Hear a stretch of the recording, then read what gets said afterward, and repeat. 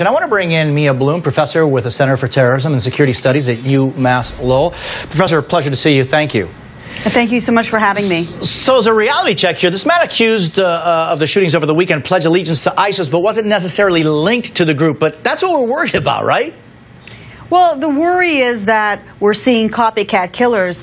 But what I found puzzling, perhaps, is that he couldn't possibly have been watching the Charlie Hebdo attacks in real time because he was still in prison when those happened. And I don't think the prison was showing that amount of news media at the time. So the question is, you know, he's only been out of jail for a few weeks. He may have been planning this for a while. His connection to ISIS may not be that strong. I want to play for you something the State Department Deputy Spokeswoman Marie Harfram said on Hardball last night. She talked about the strategy to defeat ISIS.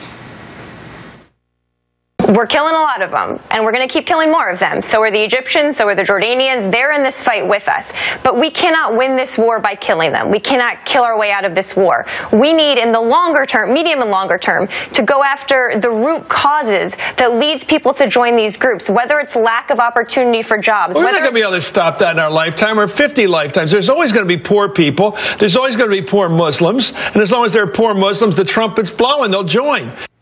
So you can't win the war by killing them. Of course, if you kill them, they can't do anything in the future that could possibly harm Americans and others. So is it foolish for us to think that we can fix problems by just attacking them? It seems as though that's pretty effective.